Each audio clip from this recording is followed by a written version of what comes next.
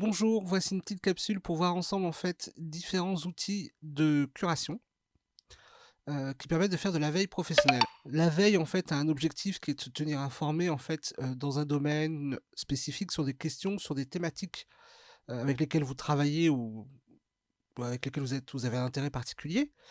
La curation a une petite nuance, c'est-à-dire que la curation va non seulement faire de la veille, mais elle va avoir pour objectif de pouvoir partager cette information avec un commentaire ou en la poussant de manière pertinente vers sa communauté ou son entreprise au sein d'une entreprise.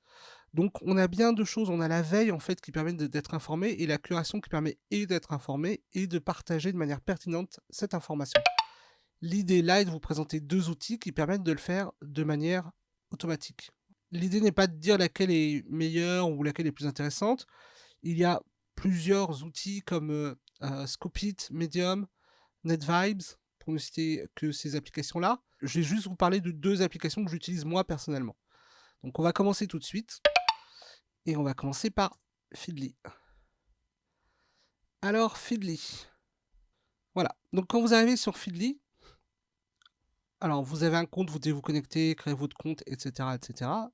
Ça, vous le faites et une fois que c'est créé, puisque moi je l'utilise Feedly personnellement, c'est-à-dire que je regarde quasiment, tous les 2-3 jours Feedly, ça se présente comme ça. Vous avez une page avec une liste d'éléments, voilà, qui arrivent ici. En l'occurrence, ce qu'on peut voir là, c'est que moi, je travaille sur principalement le e-learning, la gestion de projet, programming. Alors, je ne sais pas quelle est la différence entre programming et development, les serious games, et puis les TEDx. Voilà, et l'UX design aussi. Voilà, des éléments des sujets, des thématiques qui m'intéressent. Et donc, ça va me créer des feeds, c'est-à-dire que tous les jours, je vais avoir des nouveaux articles sur le sujet. Les feeds se retrouvent sur la partie gauche ici. Et donc, je peux voir en fait qu'il y a une partie concernant le e-learning. Voilà, la gestion de projet, programming, serious game, TEDx et UX design. Comment ça se passe? Bah, si vous voyez ici, par exemple, e-learning, on m'a proposé un article. Je vais pouvoir donc le lire en cliquant dessus, forcément. Alors, hop, il faut que je clique sur le site. Il m'ouvre le site dans un nouvel onglet avec l'article. Si effectivement je l'ai lu et je trouve ça intéressant, je peux par exemple le sauvegarder dans un groupe. Donc on verra après mes boards en fait. En l'occurrence, c'est du e-learning, donc je vais mettre ici. Voilà. Je peux dire, ça m'intéresse, je vais le lire plus tard parce que là, j'ai pas le temps de le lire. Et voilà. Donc après, on peut le sauvegarder sur d'autres supports selon le niveau d'abonnement que vous avez, hein. Là, on est sur une partie gratuite de l'application. Je peux aussi dire que je l'ai lu, donc je coche ici pour dire que je l'ai lu. Voilà. Une fois que je l'ai lu, si je rafraîchis la page, et vous voyez, il a disparu. Il disparaît dès qu'on rafraîchit la page. Voilà, donc deuxième article, même chose. Je peux soit le mettre, le classer pour le lire plus tard, soit le déplacer dans un groupe, soit le marquer comme lu. Voilà. Et je peux le masquer en faisant la croix ici aussi. Voilà. Donc, voilà comment ça se passe sur Feedly. On a ici nos feeds. On peut en créer un, donc on va en créer un. Par exemple, donc on a UX design. Voilà, on va parler d'ergonomie. Voilà. Voilà, donc c'est une thématique qui m'intéresse et je vais rajouter du contenu. Alors là, il y a plusieurs manières de rajouter du contenu. Soit je vais chercher sur des sites, soit je vais chercher avec des hashtags, des mots-clés, soit je vais chercher sur Twitter. Voilà. On va prendre juste le cas du website, après vous pourrez tester. En l'occurrence, moi, ce qui m'intéresse, c'est l'ergonomie de documents digitaux. Donc je tape, il n'y a rien du tout sur le sujet. Il n'y aura rien, je pense, hein. Voilà. Voilà différents sites qui traitent d'ergonomie. Si je veux avoir des informations sur ces sites et suivre ces sites, je n'ai juste qu'à cliquer sur Follow et les regrouper dans mon groupe que je viens de créer là, donc mon feed, qui est ici. Voilà. Et je les rajoute à mon feed. Voilà. Gargarisme ergonomique, je peux le suivre et le mettre dans ergonomie. Voilà, et ainsi de suite, vous pouvez comme ça rajouter vos contenus. Donc celui-là, normalement, je l'ai déjà, et vous voyez, il est en following, c'est-à-dire que je le suis déjà, mais je l'ai mis dans UX Design. Voilà, donc là, je viens de créer un feed qui apparaît ici. Ah, si all articles, voilà. Et voilà donc tous les articles sur le sujet. Il n'est pas vraiment à jour, hein. Visiblement, les sites ne sont pas les plus intéressants. Une fois que je les ai classés, je les retrouve ici dans mon board. Alors, vous voyez que j'en ai mis dans e-learning, et j'avais mis la présence à distance tout à l'heure, il apparaît ici.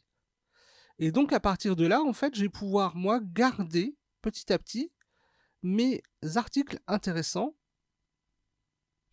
Ceux que j'ai sélectionnés, je peux les garder, et je les retrouve tous ici, tout simplement.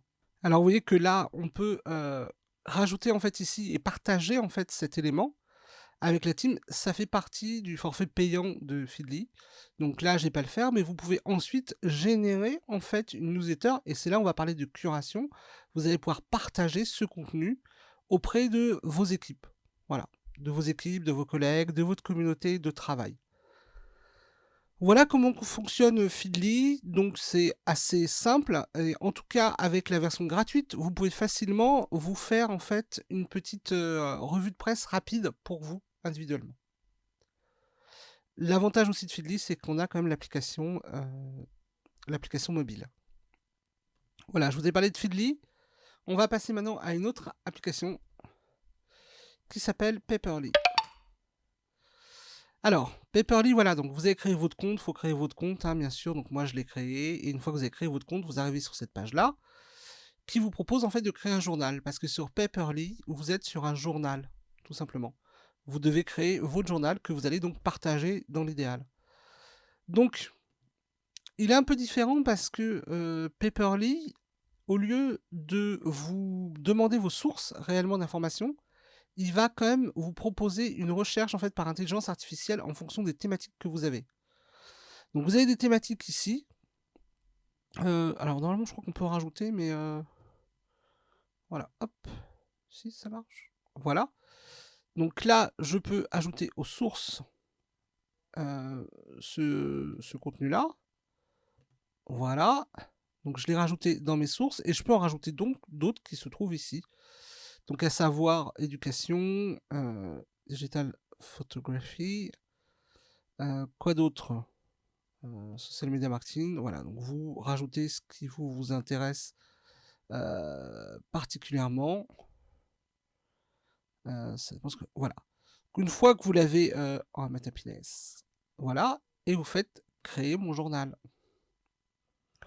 Ça va prendre un peu de temps. Voilà. Alors, donc moi, je sais ce qui se passe, donc je coupe la fenêtre, effectivement. Et voilà votre journal, en fait. Donc, comment ça se passe? Bah, il vous met en page automatiquement votre journal avec les informations qu'il a trouvées via l'intelligence artificielle conçue dans Paperly.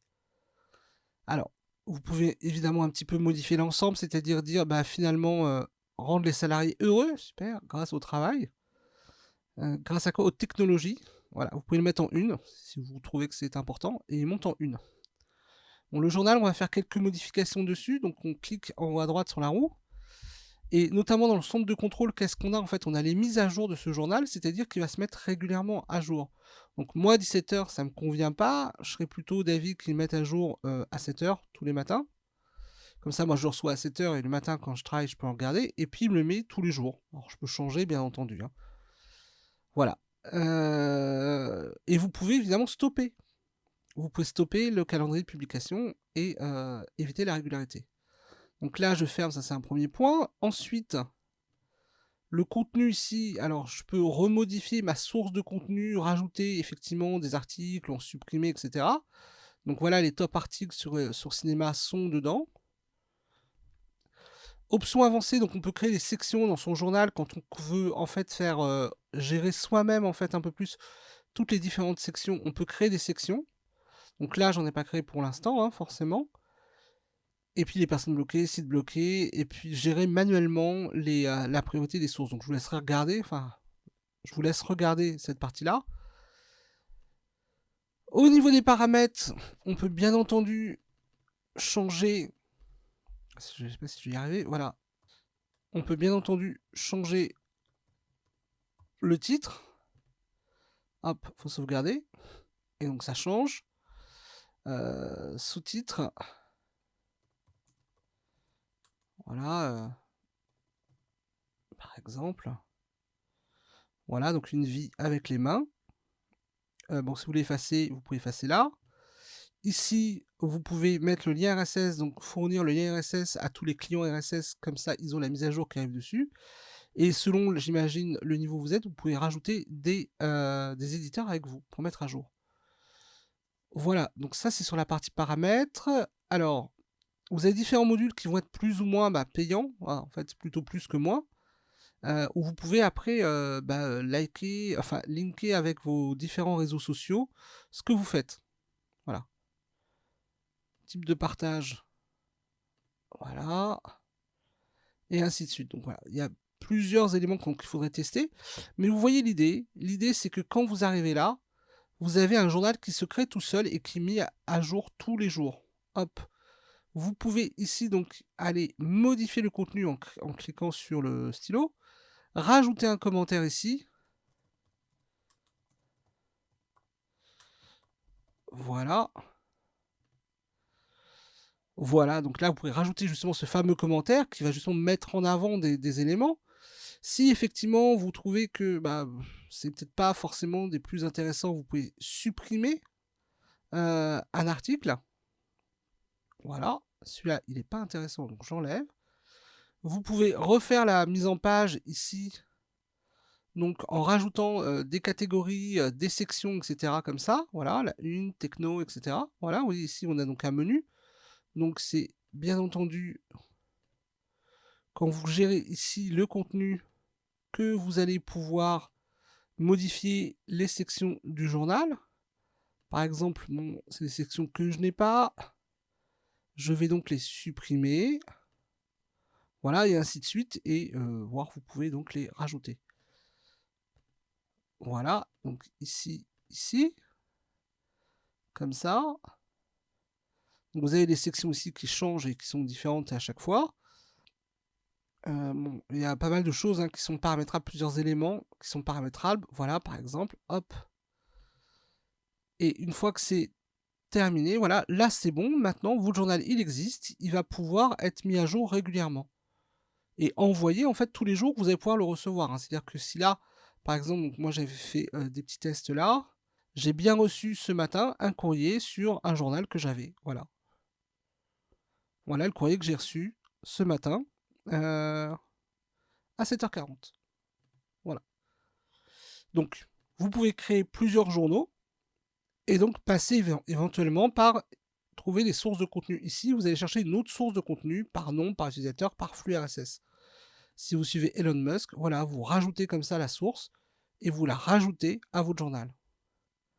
Voilà, on a fait un tour rapide un peu d'outils, de ces deux outils qui permettaient de faire de la veille et de la curation, c'est-à-dire de la veille, être à l'écoute de différents sites sur différentes thématiques, et la curation, être capable derrière d'aller partager et de communiquer ces informations et les news sur les thématiques à son équipe, à sa communauté.